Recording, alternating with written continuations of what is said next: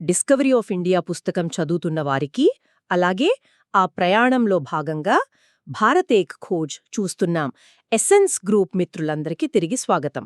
అందరికీ నమస్కారం.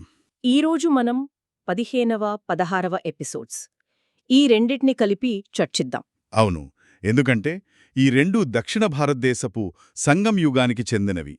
అందుకే వీటిని కలిపి విశ్లేషించడం సరైనది. నిజమే. భారతదేశ చరిత్ర అనగానే మనకు ఎప్పుడూ హిమాలయాలు, గంగానది, ఉత్తరాది రాజ్యాలే గుర్తొస్తాయి కదా. ఖచ్చితంగా. కానీ ఈ ఎపిసోడ్స్ చూశాక అనిపించింది, అదే సమయంలో దక్షిణాన పూర్తిగా భిన్నమైన, సముద్రంతో ముడిపడిన ఒక అద్భుతమైన ప్రపంచముందని. అవును. రండి, ఈరోజు మనం ఆ సముద్రతీర నాగరికతలోకి, వారి సాహిత్యంలోకి, దాని నుండి పుట్టిన ఒక అసాధారణమైన కథలోకి లోతుగా వెళ్దాం. సరే, దీనికి కొంచెం విడమర్చి చూద్దాం. ఉత్తర భారతదేశపు కథకు, దక్షిణ భారతదేశపు కథకు ఉన్న ఆ బేసిక్ తేడా ఏంటి? నాకనిపించింది, వాళ్ల ప్రపంచాన్ని చూసే దృక్కోణమే వేరుగా ఉండేదని. అవును. ఒకరు భూమి వైపు చూస్తే, మరొకరు సముద్రం వైపు చూశారు. ఇది సరైన అవగాహనేనా? ఖచ్చితంగా. ఇది చాలా ముఖ్యమైన పాయింట్. తేడా కేవలం భౌగోళికం కాదు, అది వాళ్ల మనస్తత్వాన్ని, సంస్కృతిని, ఆర్థిక వ్యవస్థను కూడా నిర్దేశించింది. ఓ. ఉత్తర భారతదేశం ఎప్పుడూ వాయువ్యం నుండి వచ్చే దండయాత్రల గురించి ఆందోళన చెందుతూ సరిహద్దులను కాపాడుకోవడంపై దృష్టి పెట్టింది. అవును, వాళ్ల కథలన్నీ భూమితో ముడిపడి ఉంటాయి. కానీ దక్షిణానికి వేల కిలోమీటర్ల సువిశాలమైన సముద్రతీరం ఉంది. వారి దృష్టి సహజంగానే సముద్రం మీద పడింది. వారికి సముద్రం ఒక అడ్డంకి కాదు, అదొక అవకాశాల ద్వారం. ఎగ్జాక్ట్లీ, అదొక అవకాశాల ద్వారం. అవకాశాల ద్వారం అంటే వ్యాపారం, వాణిజ్యం అంటారా? అవును. మౌర్యుల కాలం నుండే ఇక్కడ నౌకా నిర్మాణం ఒక పెద్ద పరిశ్రమ. అలాగా?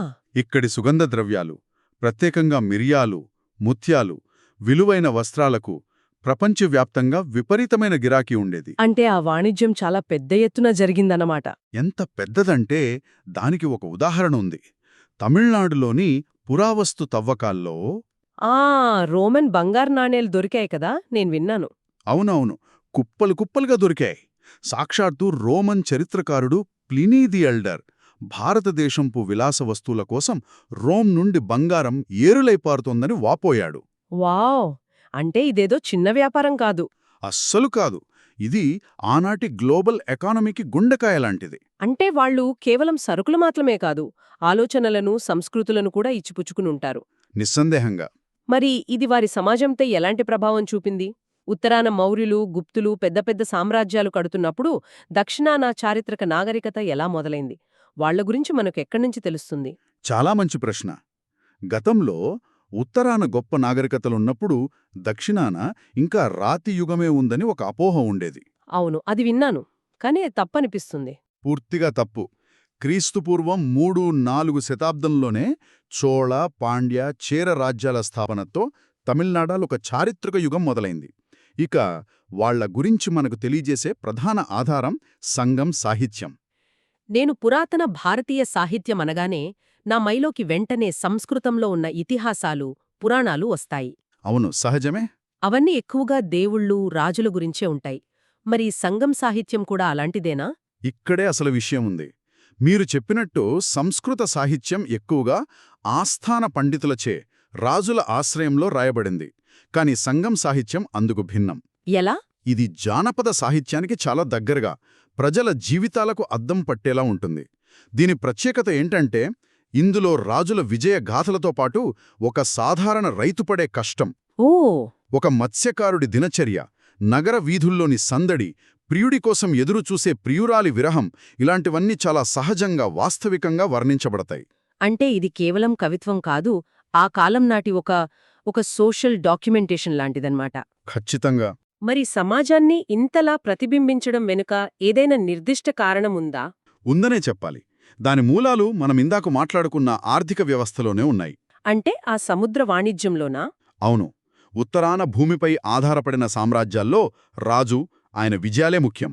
కాని సముద్ర వాణిజ్యంపై ఆధారపడిన సమాజంలో వేలాది మంది వ్యాపారులు, నావికులు, చేతివృత్తులవారు, వీళ్లే హీరోలు. నిజమే కదా. ప్రపంచంతో వాణిజ్యం చేసే ఆ సామాన్యుల కథలకు ప్రాధాన్యత పెరిగింది. అందుకే వాళ్ల సాహిత్యం కూడా దీన్ని ప్రతిబింబించింది.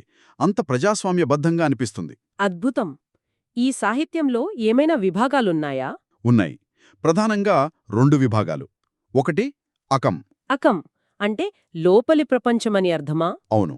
ఇది ప్రేమ, అనురాగం, విరహం, కుటుంబ సంబంధాలు వంటి వ్యక్తిగత అనుభూతుల గురించి మాట్లాడుతుంది. ఓకే. రెండవది పురం అంటే బయటి ప్రపంచం.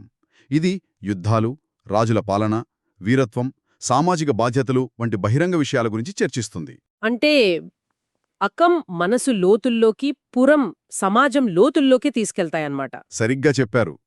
ఈ రెండూ కలిస్తేనే ఆనాటి మనిషి సంపూర్ణ చిత్రం మనకు కనిపిస్తుంది. ఇదే సమయంలో ఆర్య, ద్రావిడ సంస్కృతుల కలయిక కూడా జరిగిందని మన ఆధారాలు చెబుతున్నాయి. అగస్త్య మహర్షి ఆర్య సంస్కృతిని దక్షిణానికి తీసుకువచ్చారని ఒక ఐతిహ్యం ఉంది కదా? అవును, ఆ ఐతిహ్యం చాలా ప్రచారంలో ఉంది. ఈ రెండు గొప్ప సంస్కృతుల మేళవింపుతోనే భారతదేశపు మిశ్రమ నాగరికత మరింత పరిపుష్టం చెందిందని చెప్పవచ్చు. ఇక ఈ సంగం యుగం నుండి పుట్టిన అత్యంత ప్రసిద్ధమైన కథ శిలప్పదికారం. అంటే కాలి అందెల కథ. అవును, ఇది కేవలం ఒక కథ కాదు, ఒక మహాకావ్యం. న్యాయం, అన్యాయం మరియు ఒక సాధారణ స్త్రీ యొక్క అసాధారణ శక్తికి సంబంధించిన ఒక అద్భుతమైన గాథ. అవును, ఈ కథ ఆనాటి తమిళ సమాజపు ఆత్మ లాంటిది. కథ చోళ రాజధాని పుహార్ నగరంలో మొదలవుతుంది. అదొక సంపన్నమైన ఓడరేవు పట్నం. అక్కడ కోవలన్. అవును, కోవలన్ అనే ధనిక వ్యాపారి కుమారుడు, కన్నయి అనే అందమైన, గుణవంతురాలైన యువతి. వారిద్దరూ వివాహం చేసుకుంటారు. జీవితమెంతో సంతోషంగా మొదలవుతుంది. అంతా బాగున్నప్పుడు కథలో ఎక్కడ మలుపు తిరిగింది? ఒకరోజు కోవలన్ మాధవి అనే ప్రఖ్యాత నాట్యకత్తె ప్రదర్శన చూస్తాడు. ఆమె సౌందర్యానికి, నాట్యప్రతిభకు పూర్తిగా దాసుడైపోతాడు. ఓ. నెమ్మదిగా కన్నగిని, తన ఇంటిని, తన బాధ్యతలను మర్చిపోయి మాధవితోనే జీవించడం మొదలుపెడతాడు. ఆమె కోసం తన సంపదంతా కరిగించి చివరికి చిల్లిగవ్వ లేకుండా నిరుపేదగా మిగిలిపోతాడు. ఇక్కడ నాకు కన్నగి స్పందన చాలా ఆశ్చర్యం కలిగిస్తుంది. చాలా కథల్లో ఇలాంటి సందర్భంలో కోపం, నిందలు ఉంటాయి. కాని ఆమె మౌనంగా భరించింది. నిజమే.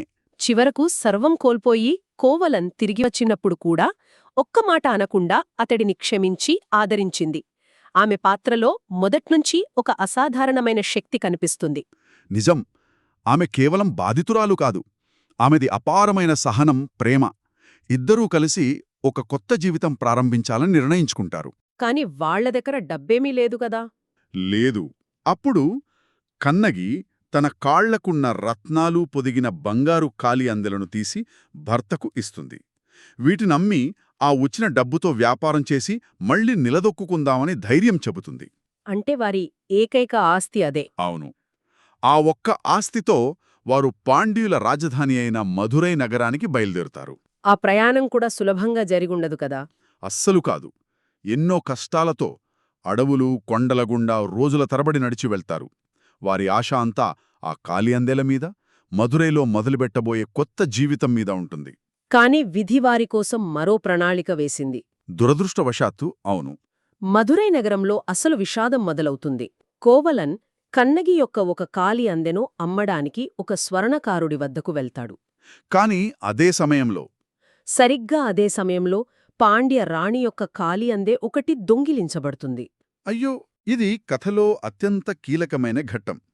ఇక్కడ న్యాయ వ్యవస్థ ఎలా విఫలమైందో చూస్తాం. అసలు దొంగ అంటే రాణిగారి అందెను దొంగిలించిన రాజస్వర్ణకారుడు. అతని తనని తాను రక్షించుకోవడానికి కోవలన్పై నేరం మోపుతాడు. సరిగ్గా అదే చేస్తాడు. కోవలన్ అమ్మడానికి తెచ్చిన అందెను చూసి, మహారాజా, దొంగ దొరికాడు, ఇదిగో రాణిగారి అందే అని రాజుకు ఫిర్యాదు చేస్తాడు. అంటే కనీసం పూర్తి విచారణ కూడా జరపలేదా? ఒక రాజు అంత తొందరపాటి నిర్ణయం ఎలా తీసుకుంటాడు? అదే ఆ కథలోని విషాదం. పాండ్యరాజు నెడుంజిలియన్ ఆ స్వర్ణకారుడి మాటలు గుడ్డిగా నమ్మి కోవలన్ను కనీసం ప్రశ్నించకుండా, తన వాదన వినిపించే అవకాశం కూడా ఇవ్వకుండా దొంగగా నిర్ధారించి వెంటనే మరణశిక్ష విధిస్తాడు. సైనికులు అమాయకుడైన కోవలన్ను నగర వీధిలో నరికి చంపేస్తారు. అయ్యో, ఈ వార్త విన్న కన్నగి పరిస్థితేంటి? ఆ వార్త ఆమెను కుప్పకూల్చేస్తుంది. ఆమె దుఃఖం కట్టలు తెంచుకుంటుంది. కాని ఆ దుఃఖం నుండే ఒక ప్రచండమైన ఆగ్రహం ప్రజ్వలిస్తుంది. అప్పటివరకు ఒక సాధారణ గృహిణిగా ఉన్న ఆమె న్యాయం కోసం పోరాడే ఒక రుద్రమూర్తిగా మారుతుంది. ఆమెలో ఒక శక్తి ఆవహిస్తుంది. ఆమె నేరుగా పాండ్యరాజు ఆస్థానానికి వెళుతుంది. సింహాసనంపై ఉన్న రాజును ధైర్యంగా నిలదీస్తుంది. ఓ రాజా, విచారణ లేకుండా తీర్పు చెప్పడం నీ ధర్మమా అని గర్జిస్తుంది. తన భర్త నిర్దోషి అని నిరూపించడానికి తన వద్ద ఉన్న రెండవ కాలి అందెలు తీసి నేలకు కొడుతుంది.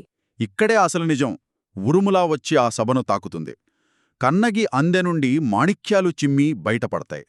కాని రాణిగారి అందెలలో ఉన్నవి ముత్యాలు. అవును, ముత్యాలు. ఆ క్షణంలో రాజుకు తాను ఎంత ఘోరమైన తప్పు చేశానో, ఒక నిరపరాధి ప్రాణం తీశానో అర్థమవుతుంది. వావ్! అంటే అతని చంపింది కత్తి కాదు, తను చేసిన అన్యాయం యొక్క భారమే. అదొక శక్తివంతమైన సందేశం. ఖచ్చితంగా. ఆ పశ్చాత్తాప భారాన్ని మోయలేక, నేనే దొంగను, నా పాలనలో ధర్మం తప్పింది అని అరుస్తూ ఆ సింహాసనంపైనే ప్రాణాలు విడుస్తాడు. రాణి కూడానా? రాణి కూడా భర్తతో పాటు మరణిస్తుంది. రాజూ రాణి చనిపోయారు. ఇక కన్నగి కోపం చల్లారిందా? లేదు, ఆమె ఆవేదన ఆగదు. రాజు శిక్ష అనుభవించాడు. కాని ఆ అన్యాయానికి సాక్ష్యంగా నిలిచిన ఆ నగరం కూడా శిక్ష అనుభవించాలని ఆమె భావిస్తోంది. నా భర్తకు అన్యాయం చేసిన ఈ నగరం నాశనం కావాలి అని శపిస్తోంది. అవును, ఆమె పతివ్రతా శక్తికి మదురై నగరం అగ్నికి ఆహుతి అవుతోంది. నగరం మొత్తం తగలబడిపోతుంది. ఒక సాధారణ మహిళ ఒక మహానగరాన్ని నాశనం చేయడం, ఇది నమ్మశక్యంగా లేదు. కథ ఇక్కడితో ముగిసిందా? లేదు, కథలో ఇంకో భాగముంది. మదురై నగరాన్ని దహనం చేసిన తర్వాత కన్నగి పక్కనే ఉన్న చేర రాజ్యంలోని పర్వతాలకు వెళ్లి అక్కడ కొన్నాళ్లకు దేవతగా మారిపోతుంది. దేవతగానా? అవును, కొండజాతి ప్రజలు ఆమెను పతిభక్తికి, న్యాయదేవతకు ప్రతీకగా పూజించడం మొదలుపెడతారు. ఈ కథ విన్న చేరరాజు సెంగుట్టువన్ మరియు అతని రాణి చాలా చలించిపోతారు. అవును, కన్నగి యొక్క పతిభక్తికి, న్యాయం కోసం ఆమె చేసిన పోరాటానికి ముగ్ధులై ఆమెకు ఒక ఆలయాన్ని నిర్మించాలని నిర్ణయిస్తారు. అయితే ఈ కథ మనకు ఇప్పటికీ ఎలా అందుబాటులో ఉంది? దానిక్కూడా ఒక కథ ఉంది. ఆ రాజు యొక్క సోదరుడు ఇల్లంగో అడిగళ్. ఆయన ఒక రాకుమారుడు, కాని సన్యాసిగా మారాడు. ఓకే. ఆయన ఈ కథకు ఎంతగానో ప్రభావితుడై దానిని శిలప్పదికారం అనే అద్భుతమైన మహాకావ్యంగా రచించారు. ఆయన వల్లే ఈ గాథ తరతరాలుగా మనకు నిలిచి ఉంది. మొత్తం మీద ఈ కథ, ఈ యుగం మనకు ఏం చెప్తున్నాయి?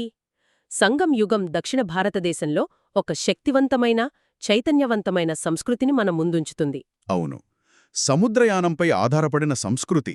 వారి సాహిత్యం కేవలం రాజుల గురించి కాకుండా సామాన్యుల జీవితాలకు, వారి భావాలకు అద్దం పడుతుంది. అవును, ఇక కన్నగి కథ కేవలం ఒక ప్రతీకార గాథ కాదు. అది అంతకు మించింది. ధర్మం లేదా న్యాయం ఎంత ముఖ్యమైనదో, అది ఎంత శక్తివంతమైనదో చెప్తుంది. ఖచ్చితంగా. రాజు కూడా ధర్మానికి అతీతుడుగాదని, తప్పు చేస్తే ఎంతటి వాడైనా శిక్ష అనుభవించాల్సిందే అని స్పష్టం చేస్తుంది. ఒక సాధారణ మహిళ అధికారం ముందు తలవంచకుండా సత్యాన్ని నిలబెట్టడానికి చేసిన పోరాటమిది. ఆనాటి సమాజంలోని చైతన్యం, కళాత్మకత మరియు సాహస స్ఫూర్తికి శిలప్పదికారం ఒక గొప్ప నిదర్శనం.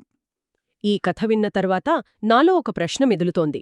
మనం తరచుగా అధికారం, వ్యవస్థ చాలా శక్తివంతమైనవి అని అనుకుంటాం. కాని ఈ కథలో ఒక సాధారణ వ్యక్తి యొక్క నైతిక బలం, సత్యం కోసం నిలబడే ధైర్యం ఒక రాజ్యం యొక్క అధికారాన్ని కూడా కూలదోయగలదని చూపిస్తుంది. నిజమే. ఈ రోజుల్లో మనం ఈ ఆలోచనను ఎలా అన్వయించుకోవచ్చు? న్యాయం కోసం ఒక వ్యక్తి ఎంత దూరం వెళ్లగలడు? ఈ ఆలోచనతో ఈ రోజుకి ముగిద్దాం.